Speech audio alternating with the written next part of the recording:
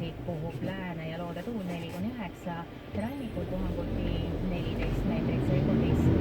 Temperatuur on -3 kraadini. Hetkel on Soomes 1 kraad, Tallinnas 2 kraadi ja Tartus on 1 kraad külma.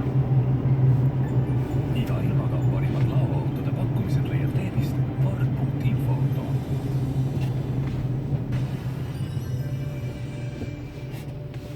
Tähelepanu! Eesti suurim kütuste jaemüüja Olerex avas jälle uue tankla Tartus Aarbergistis. Parim kohv, maitsevamps, suurepärane teenindus ja uusima tehnoloogiaga pesula ootavad sind. Olerex, mõnus peatuspaik. Kui sa tahad olla veelgi parem lapsevanem, siis kuula, mida räägib neuroteadlane Jaan Aru podcastis Tark vanem sellest, kui palju peaks veetma aega koos perega, mis kasu on liikumisest, hobidest ja heast unest.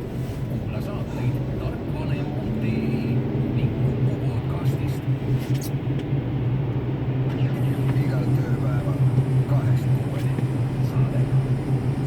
Saate tööriistad toob stuudiosse tööriistamaailm.ee.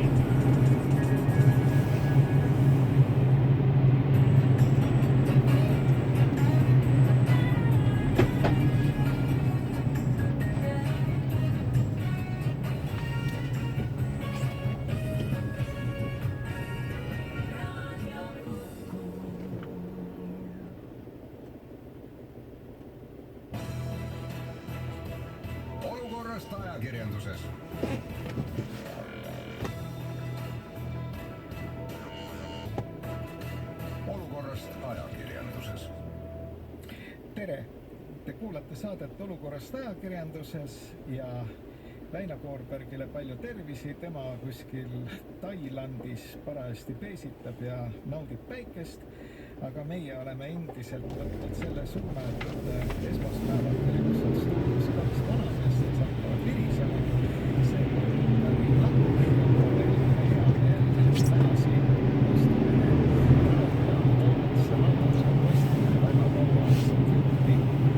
Ega edasi peatöötajad on kõvasti. Tere, Mati! Miks ma tahtsin, et Mati oleks täna saates ja sellele ma Matile laiend. Nimelt, kui Äripäev ja Eesti Ekspress korraldasid oma sünnipäevade puhul väikese konverentsi kinos Kosmos, siis seal oli ka üks meediajuhtide paneel, kus sina, Mart, osalesid ja kus Hans Luik viskas välja ühe sellise teesi, et ajakirjanduses Eestis korruptsiooni ei ole.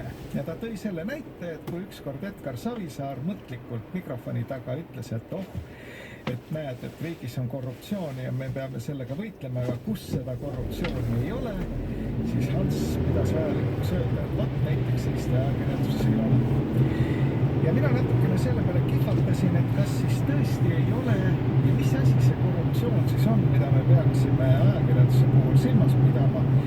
Nagu me raadiokuulajad teavad, oleme meie olnud Väinoga väga kriitilised ERR-i teatavate saadete osas, kus teatud tooteid või teenuseid reklaamitakse otse sõnu ja mis siis see veel on, kui see ei ole mitte korruptsioon. Aga täna tõi mind natukene maa peale tagasi, ütles, et võib-olla ei tasu kasutada sõna korruptsioon selliste asjade puhul, vaid võiks rääkida näiteks ebaprofessionaalsust või millest iganes.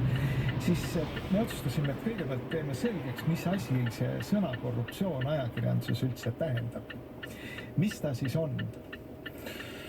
Jah, kõigepealt selle kosmoses toimunud ürituse juurde tagasi, kus sa said inspiratsiooni siis tänase teema jaoks. Ma mõtlen, et kui öelda välja seda, et Eesti ajakirjanduses ei ole korruptsiooni, see on samamoodi siis kaheldav väide.